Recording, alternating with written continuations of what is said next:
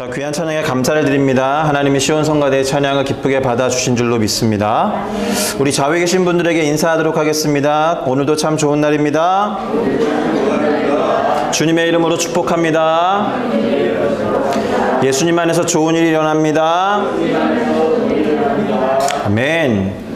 자, 오늘 말씀을 함께 읽어보도록 하겠습니다. 오늘 우리가 함께 읽어볼 성경 구절은 이사야 43장 7절 말씀이 되겠습니다. 이사야 43장 7절을 다 같이 한 목소리로 읽어보도록 하겠습니다. 시작. 내 이름으로 불려지는 모든 자, 곧 내가 내 영광을 위하여 창조한 자를 오게 하라. 그를 내가 지었고 그를 내가 만들었느니라. 아멘. 저는 우리가 함께 읽은 이사야 43장 7절을 가지고 불러 모으시는 하나님이라는 제목으로 함께 말씀을 살펴보고, 그리고 깨달음을 얻을 뿐만 아니라 그렇게 얻은 깨달음을 우리의 삶과 신앙에 적용해 보려고 합니다. 다 같이 제목을 따라 읽어주시면 좋겠습니다.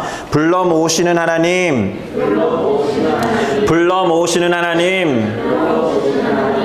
아멘. 자, 어느새 8월의 마지막 주일을 맞이했습니다. 8월 한 달이 오늘을 포함해서 정확히 4일 남았죠. 자, 남은 시간 지난 한 달을 잘 돌아보시면서 또 감사할 건 감사하시고 반성할 게 있겠죠. 반성할 걸 좀 하나님 안에서 또 반성하고 다시 재결단하는 알찬 시간들을 보내주시기를 부탁드리겠습니다. 자, 저희 교회는 8월 한 달 동안 부르심과 소명이라는 주제로 함께 예배를 해왔고, 그 맥락 안에서 말씀을 함께 살펴보았습니다.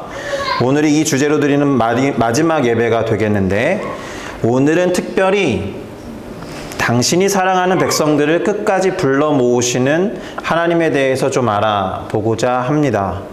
자, 우선 오늘 본문 이사야 43장, 정확하게는 43장 1절부터 7절까지 오늘 살펴볼 텐데, 우리가 이 구절에서 먼저 생각해 보아야 하는 하나님의 속성이 있습니다. 그것은 징계하시는 하나님이라는 거예요. 영어로는 보통 훈육으로 번역되는 discipline이라는 단어를 사용하는데, 하나님이 징계하시고 훈육하시는 하나님이라는 거죠.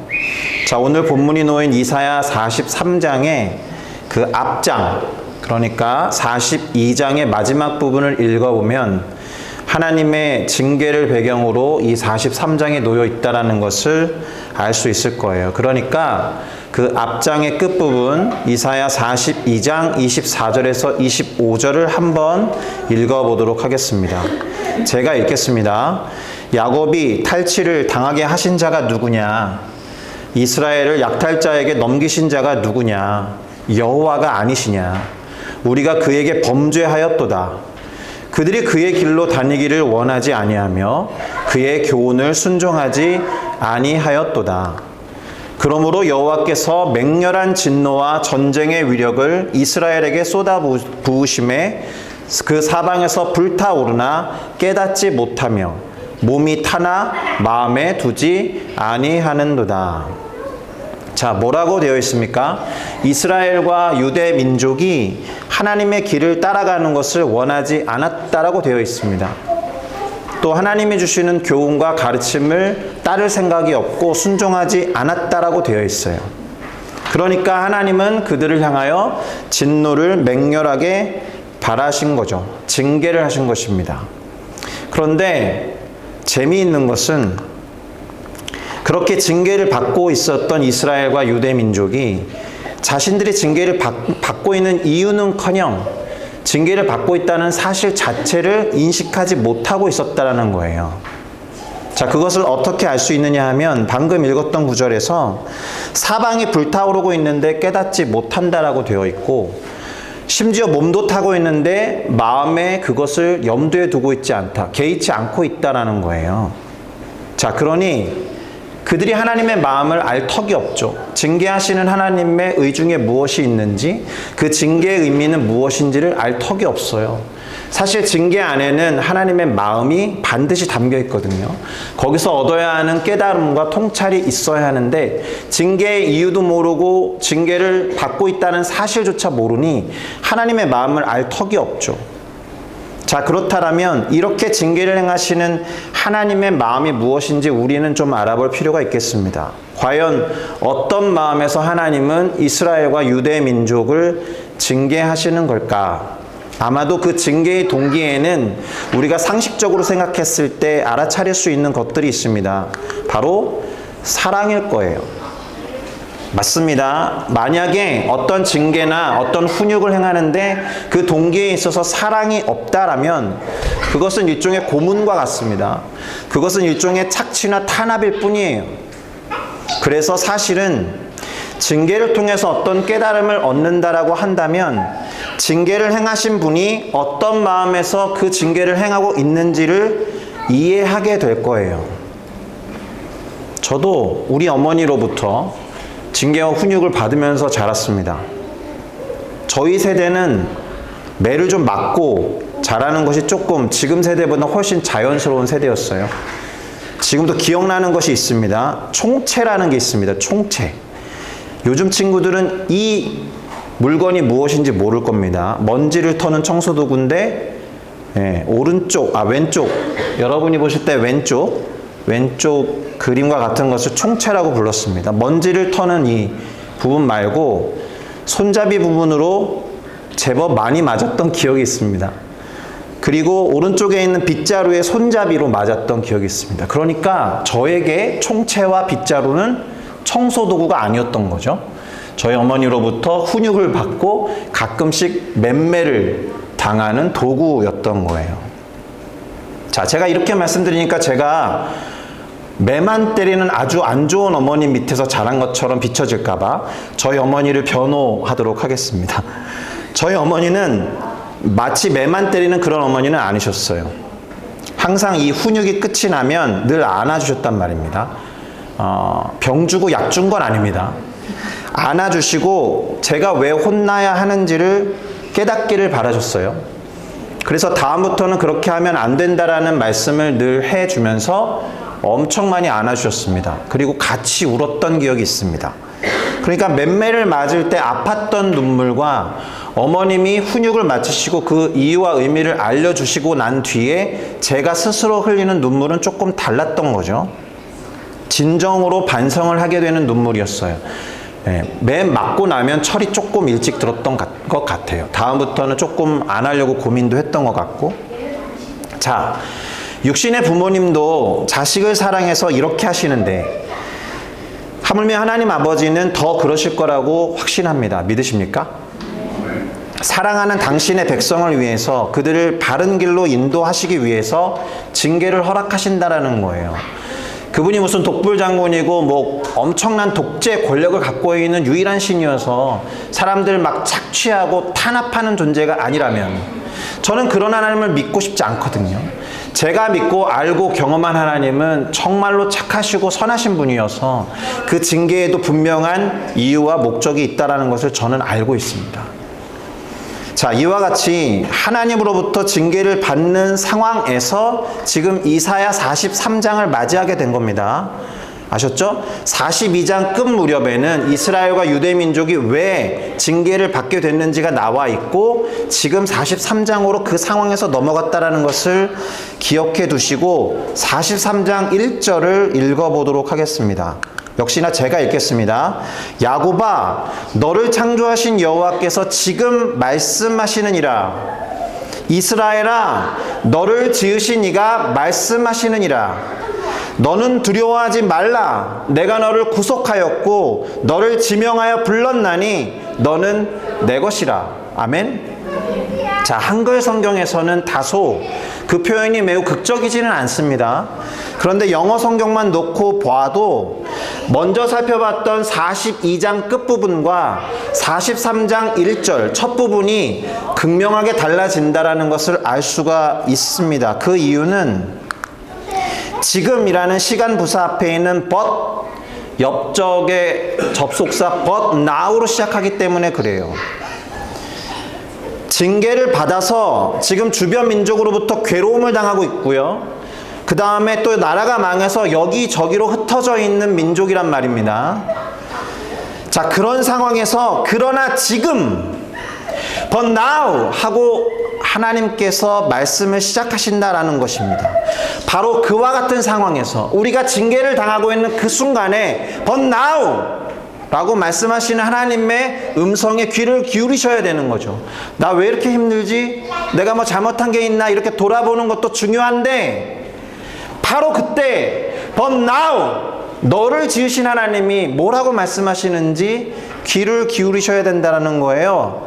나를 창조하신 여호와, 나를 지으신 여호와가 말씀하시느니라. 할렐루야. 말씀을 듣느냐 못 듣느냐의 차이가 있을 수 있습니다. 그리고 그것이 하나님의 뜻인지 하나님의 음성인지 분별해야 되는 문제가 있겠지만 지금 나에게 펼쳐지고 있는 징계 또는 약간의 어려움의 시간에 지금 바로 그때 But now 하면서 말씀하시는 하나님의 음성을 들어야 할 줄로 믿습니다. 할렐루야. 자, 그분이 지금 뭐라고 말씀하셨느냐? 두려워하지 말라. 두려워하지 말라라고 특별히 오늘 우리가 중점적으로 살펴보고 있는 이사야 43장 1절에서 7절에 보면 두려워하지 말라라고 2번 명령어로 말씀하셨어요. 물론 영어로 보면 do not fear 하셨다가 don't be afraid 하시지만 어쨌든 원어는 같습니다. 그러면서 하나님께서 우리를 창조하시고 우리를 지으신 그분께서 왜 두려워하지 말아야 되는지 그 이유를 말씀하셨습니다. 뭐라고 하셨느냐? 내가 너희를 만들었다라는 거죠. Made in God이라는 거예요. 그러니 비록 징계로 인해서 고통을 당하고 있기는 하지만 하나님 당신이 창조하시고 만드신 백성들을 구속고 구원하시고 지명하여 부르시며 무엇보다도 당신의 소유로 삼으실 수밖에 없는 거예요. 당신이 made 하셨으니까, 당신이 create 하셨으니까 끝까지 책임져 주시는 하나님이라는 것을 믿으시기 바랍니다. 할렐루야. 그런 면에서 한번 따라 고백하시면 좋겠습니다. 하나님이 나를 책임져 주신다. 나는 주님의 것이다. 그렇게 기억하면서 선포하는 우리들 모두가 됐으면 좋겠습니다. 아멘. 아멘. 자, 그럼 하나님이 구체적으로 이스라엘 백성과 유대 민족을 어떻게 보호하시고 또 어떻게 책임져 주시는지를 한번 그 다음 구절을 통해 보도록 하겠습니다. 43장 2절을 읽어드리겠습니다. 네가 물 가운데로 지날 때에 내가 너와 함께 할 것이라. 강을 건널 때에 물이 너를 침몰하지 못할 것이며 네가 불 가운데로 지날 때에 타지도 아니할 것이요 불꽃이 너를 사르지도 못하리니. 아멘. 자, 방금 읽은 구절에서 물 가운데로 지나갈 때라든가 강을 건널 때라는 표현은 사실 이스라엘 백성들에게 과거의 기억을 돋게 하는 구절입니다. 이미 이스라엘 백성들은 이때를 도우시는 하나님을 경험한 일이 있습니다. 무엇인지 잘 아시죠? 홍해를 건넜고 아니로라고 위해서 대답을 해가지고 절묘하게 요단강을 건널 때 하나님께서 네가 물 가운데로 지날 때나 강을 건널 때에 함께 할 것이고 물이 침몰하지 못하게 할 거라고 이미 말씀하시고 행동하신 하나님의 일하심을 경험한 적이 있다라는 거예요. 그러니까 사실 옛 추억을 생각하면서 조상들이 경험했던 이야기를 들어왔던 이스라엘 백성과 유대 민족이라면 그 경험의 하나님이 우리를 그렇게 보호하실 수 있겠구나라고 확신할 수 있어야겠죠. 그런데 불 가운데로 지나갈 때에 대한 경험이 있는가 한번 생각해 볼 필요는 있겠습니다. 그런데 불과 관련돼서 우리가 잘 알고 있는 이야기가 또 하나 있어요. 그것은 바벨론 제국의 포로로 끌려갔던 엘리트 3인방 다니엘의 친구 3명이 그리 아니하실지라도 나는 하나님의 마음을 품고 하나님의 뜻에 순종하면서 왕의 명령에 순종할 수 없겠습니다 하고 풀무불로 들어갔을 때 전혀 상함을 당하지 않은 기억, 아는 경험을 우리는 알고 있어요. 그런데 지금 이 구절 이사야 선지자가 이 이야기를 할 때는 다니엘의 세 친구가 포로로 잡혀가기 전이거든요.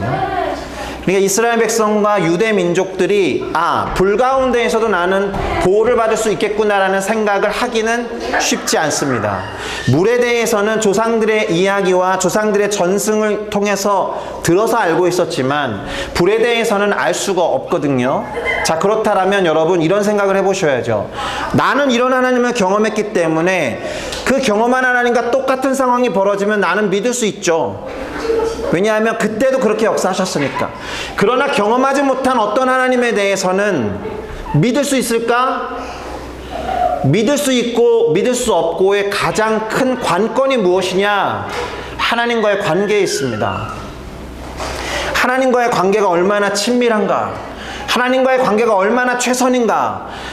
하나님과 관계 속에서 내가 보지 못한 하나님을 나는 신뢰할 수 있는가? 그런데 우리가 읽어보았듯이 지금 이스라엘 민족과 유대 백성들은 징계를 받아서 여기저기 뿔뿔이 흩어져 있거나 다른 민족의 괴로움을 당하고 있는, 사실은 하나님과 그닥 친밀하지 않은 상태에 있었기 때문에 불 가운데로 지나갈 때에도 나는 안전할 것이다 라는 믿음을 갖기에는 조금 어려운 상황 가운데 있는 것 같아요. 만약 하나님과의 관계가 친밀한 상태에 있었다면 그들이 징계를 받을 이유가 없었기 때문이죠. 자, 그러니까 지금 이 장면에서 이스라엘 민족과 유대 백성들이 하나님을 신뢰할까 말까의 문제보다도 그럼 하나님의 시각을 통해서 이들에게 하고 계신 작업과 일이 무엇인지에 초점을 둘 필요가 있다는 거죠. 우리의 시선을 하나님께 돌려보면 그들이 듣든 안 듣든, 그들이 믿든 안 믿든, 그들이 의지하든 신뢰하지 않든, 그럼에도 불구하고 하나님은 친밀한 관계를 형성하기 위해서 끊임없이 당신이 얼마나 그들을 사랑하는지 계속 말씀하셔야 했다라는 거예요. 끊임없이 말씀하시는 그러한 메시지가 담고 있는 건 어떤 것이냐면 포기하지 아니하시는, 끝까지 사랑하시는 하나님에 대해서 알려주고 있는 장면이다라는 것입니다. 할렐루야. 하나님이 침묵하는 것 같고 내 옆에 없는 것 같을 때 하나님이 끝까지 나를 포기하지 않는구나라고 확신하기는 쉽지 않거든요. 그것을 확신할 거냐 확신하지 못할 거냐의 관건은 다시 말씀드립니다. 그동안 하나님과의 관계가 얼마나 깊고 친밀했느냐가 결정한다는 것입니다. 자, 그 다음 구절에 보면 하나님이 얼마나 이들이 듣든 안 듣든 믿든 안 믿든 이 민족을, 이 백성을 얼마나 사랑하셨는지 그 다음 두 구절을 통해 확인할 필요가 있습니다. 이사야 43장 3절과 4절을 한번 또 보도록 하죠. 제가 읽겠습니다. 대저 나는 여호와 너의 하나님이요 이스라엘의 거룩한 이요 너의 구원자임이라. 내가 애굽 곧 이집트를 너의 속량물로 구스와 스바라는 민족과 나라를 너를 대신하여 주었노라. 네가 내 눈에 보배롭고 존귀하며 내가 너를 사랑하였은즉 내가 너 대신에 사람들을 내어주며 백성들이 너의 생명을 대신하리니. 아멘. 자, 이 구절에서 어떤 하나님을 만날 수 있습니까? 잘 살펴보십시오. 사랑하는 자를 위해서 어떤 속량물과 대속물을 내어주시는 하나님을 만날 수 있다라는 거예요. 이 속량물이나 대속물이라는 표현이 어려운 분들이 있을 것 같은데, 누군가 어떤 잘못을 했을 때 그 죄에 대한 책임을 져야 한다면 대신 그것을 감당하는 것을 대속물 또는 속량물이라고 보시면 됩니다. 예. 속량물과 대속물을 통해서 그들을 구원하시고 보호하시는 하나님이 그려져 있죠. 본문에서는 애굽이라는 나라, 구스 그리고 스바라는 나라를 언급하고 있는데 보다 일반화해서 말하면 이 PPT의 화면과 같습니다. 하나님은 당신의 백성을 위해서 사람들을 내어주며 다른 이들이 당신이 사랑하는 사람들의 생명을 대신할 정도로 그들을 사랑하셨다라는 거예요. 사랑하는 당신의 사람들을 위해서 누군가를 내어주고 그 생명을 대신하게 할 거라는 말 속에서 우리는 이 하나님이 도대체 어디까지 그렇게 하셨는지를 잘 알 수가 있죠. 이미 어떻게까지 우리를 사랑하셨는지 매우 잘 알고 있어요. 어떤 거죠? 바로 사랑하는 우리를 위해서 당신의 아들까지도 속량물과 대속물로 주셨다라는 것을 우리는 너무 잘 알고 있습니다. 아십니까? 알고 계세요? 이사야 선지자가 했던 말씀과 동일하게 수백 년이 지난 다음 예수 그리스도를 통해서 내가 사랑하는 너희를 위해 내 아들까지도 속량물과 대속물로 줄 거야 라는 그 말씀의 성취로 이사야 선지자가 했던 말씀을 그대로 이루고 계신다라는 것입니다. 할렐루야. 그만큼 당신의 백성들을 끊임없이 사랑하신 거예요. 지금 이 말씀을 함께 읽고 보고 있는 우리들을 포함해서 절대로 우리가 그 과정에서 소외되지 않습니다. 그 과정에서 우리가 배제되지 않아요. 믿으셔야 합니다. 할렐루야. 자, 그런데 말입니다. 이토록 하나님이 사랑하시는 사람들이 처한 현실을 좀 볼 필요가 있어요. 이미 말씀드렸듯이 당시 이스라엘과 유대 민족의 상황을 추측해 볼 수 있는 구절이 사실 그 다음 구절들에 기록되어 있습니다. 이사야 43장 5절과 6절이 되겠습니다. 이것도 한번 보도록 하시죠. 두려워하지 말라. 내가 너와 함께하여 너의 자손을 동쪽에서부터 오게 하며 서쪽에서부터 너를 모을 것이며 내가 북쪽에게 이르기를 내놓으라. 남쪽에게 이르기를 가두어두지 말라. 내 아들들을 먼 곳에서 이끌며 내 딸들을 땅끝에서 오게 하며 라고 되어 있는데, 하나님이 일단 동쪽에 있는 자손들을 오게 하고 서쪽에 있는 자손들을 모은다라고 하셨죠. 또요, 북쪽을 향해 말하기를 내놓아라 이렇게 말씀하시고, 남쪽에 대해서는 가두어두지 말아라 이렇게 말하고 있는 것을 통해 우리가 유추할 수 있는 것은 당신이 사랑하는 백성들이 지금 흩어져 있고 어딘가에 붙잡혀 있다라는 것을 알 수 있는 구절입니다. 그들은 지금 흩어져 있고 어딘가에 잡혀 있어요. 한마디로 말하면 구원이 필요한 상태에 있다는 겁니다. 그들은 지금 구원이 필요한 상황 가운데 있어요. 사랑하는 나의 아들, 딸들이 구원을 받아야 하는 상태에 있을 때 하나님이 어떻게 액션을 취하실 것인지 우리가 어머님이나 아버님의 사랑을 통해서도 예상할 수 있잖아요. 그 하나님이 당신의 백성들을 오게 하신다라는 것은 그들을 구원하신다라는 말씀인 것입니다. 할렐루야. 흩어진 자들을 다시 모으시고 갇힌 자를 풀어주게 하신다라는 것입니다. 할렐루야. 자, 그러한 하나님의 뜻과 마음이 그 사역에 있어서 어떻게 담겨 있는지 오늘 처음에 함께 읽었던 본문 43장 7절을 다 같이 읽어보겠습니다. 다시 한번 읽겠습니다. 시작. 내 이름으로 불려지는 모든 자 곧 내가 내 영광을 위하여 창조한 자를 오게 하라. 그를 내가 지었고 그를 내가 만들었느니라. 아멘. 자, 다시. 그러니까 1절과 유사하게 하나님이 당신을 어떻게 표현하고 있느냐? 창조주 하나님이라고 표현하고 있고, 당신의 모양과 형상을 따라서 우리를 지으신 하나님이라고 소개하고 있죠. 자, 그 하나님이 흩어진 당신의 백성들을 불러 모으신다라는 거예요. 잡혀있는 자들 자유케 하신다라는 것이고, 흩어져 있는 자들을 끝까지 불러서 당신의 임재 안으로 모으시겠다라는 것입니다. 믿으십니까? 이제 설교를 마무리하기 위해서 다음과 같은 질문을 던져보려고 합니다. 자, 징계를 주셔서 당신의 백성과 자녀들을 지금 어려움에 처하게 만들어 놓고, 잘 생각해 보세요. 징계를 주셔서 그 징계의 일환으로 당신의 백성들이 지금 어려움 가운데 있어요. 그래 놓고 그 어려움으로부터 구원하는 하나님, 뭔가 좀 웃기지 않아요? 뭔가 자작극 같지 않아요? 병 주고 약 주는 것 같지 않아요? 벌을 줄 때는 언제고 그 벌 때문에 힘들어하는 자녀를 구원하시는 것처럼 보이지 않아요? 저만 그런 생각이 드나요? 당연히 그게 아니겠죠. 이 상황을 잘 지켜보실 필요가 있는데, 오히려 사람들은 죄를 지었기 때문에 징계를 받게 되었는데, 아까 이사야 42장 뒷부분을 보았듯이 그 징계의 이유도 모르고 징계를 받고 있다는 사실도 모르니까 점점 더 멀어지고 돌이키지 않는 상태에 있는 것입니다. 하나님으로부터 더 멀어져 있으니까 멀리 흩어져 버린 것이고, 하나님이 아닌 다른 존재에 끌려가면서 억압받으면서 컨트롤 당하면서 살고 있는 거예요. 종속된 노예 상태라는 것입니다.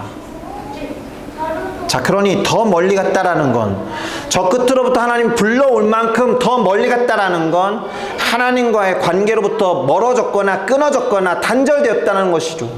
친밀함을 논할 단계가 아니다라는 거예요. 그러니 하나님으로서는 그들을 부르셔야 합니다. 끝까지 부르셔야 해요. 다시 말씀드리지만 이때의 징계는 그래서 사랑의 하나님의 면모를 보여주시는 것이다라고 생각하셔야 됩니다.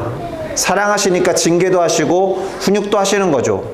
사랑하지 않고 관심이 없다면 뭘 하든 신경 쓰지 않을 거 아닙니까? 관심도 기울이지 않을 건 아닙니까? 네가 뭘 해도 나 상관없어. 죽든 말든 상관하지 않는 매우 무서운 형벌이 유기의 형벌이라고 했잖아요. 하나님이 관심 갖지 않는 상태. 그런데 아무리 멀리 떨어져 있고 아무리 단절되어 있고 아무리 관계가 끊어져 있어도 불러오신다라는 것은 관심 있다라는 거잖아요. 사랑한다는 거잖아요. 끝까지 불러오신다라는 거잖아요. 그렇게 믿으셔야 합니다. 끝까지 불러 모으시는 하나님이 끝까지 그 관계 단절을 두고 보실 수 없어서 포기하지 않고 사랑으로 외치고 있다. 오래 참으시면서 끝까지 불러 모으신다. 왜요? 사랑의 하나님이니까요. 성경은 우리 하나님이 사랑의 하나님이라는 구절을 보다도 사랑 자체 곧 하나님은 사랑이시다라고 말하고 있으니까요. 이제 정리를 해보겠습니다. 하나님은 당신의 백성을 사랑하십니다. 믿으십니까? 아멘. 그 당신의 백성 안에 우리가 있다라는 것을 믿으십니까? 아멘. 그래서 하나님은 사랑이신 거예요. 사랑의 일환으로 가끔 징계도 하시고 훈육도 하십니다. 아멘. 만약 그 동기가 사랑이 아니라고 한다면 앞서 말씀드렸듯이 그건 훈육이나 징계가 아니라 고문과 착취 또는 탄압일 뿐입니다. 하나님이 그럴 리가 없죠. 자, 이스라엘 백성을 선택하시고 당신의 자녀로 삼으신 하나님은 그들을 사랑하셔서 그들이 잘못했을 때 그냥 방치하거나 유기하는 것이 아니라 징계하시고 훈육하십니다. 그 징계를 통해서 당신의 뜻에 순종하기를 바라시기 때문에 그렇죠. 그러니 징계 가운데 있다라고 해도 오늘 말씀과 같이 두려워하지 말아야 할 것은 그 징계가 최종적인 심판이 아니기 때문입니다. 우리가 두려워해야 할 것은 최종적인 심판을 받고 영원한 지옥에 가는 것을 두려워해야지 하나님이 사랑하셔서 나를 돌이키게 하려고 주시는 징계를 두려워할 필요는 없다라는 것입니다. 아멘. 이것이 우리가 두려워하지 않을 이유가 될 것입니다. 자, 그런 의미에서 하나님은 당신의 자녀들에게 오늘도 두려워하지 말고 놀라지 말라라고 말씀하십니다. 아멘. 물과 불을 지난다고 해도 상함이 없도록 보호하실 것입니다. 지금 당장 사방으로 흩어져서 어려움과 환난 가운데 있어도 하나님은 끝까지 그들을 불러서 당신의 날개 아래 품으실 것입니다. 아멘. 자, 하나님은 당신의 이름으로 불려지는 모든 자들 Made in God 하고 찍혀있는 우리 모두를 당신의 영광을 위하여 창조하셨고 당신이 지으셨다라고 말씀하셨으니 우리는 그분의 소유물인 줄로 믿습니다. 아멘. 자, 이 메시지를 통해서 우리는 끝까지 포기하지 않는 하나님의 모습을 발견할 수 있어야 하고 그 하나님께로 돌이켜 한 걸음 나아가야 할 줄로 믿습니다. 아멘. 그러니 그분의 끊임없는 부르심은 사랑인 거예요. 사랑의 하나님이 오늘도 우리를 부르십니다. 아멘. 끝까지 책임져 주십니다. 그러니 그 부르심에 반응하여 그분에게로 향하고 그분 안에 거하는 우리 모두가 되기를 예수님의 이름으로 축복합니다. 아멘. 마지막으로 말씀드립니다. 그분의 그 부르심은 끝이 없습니다. 할렐루야.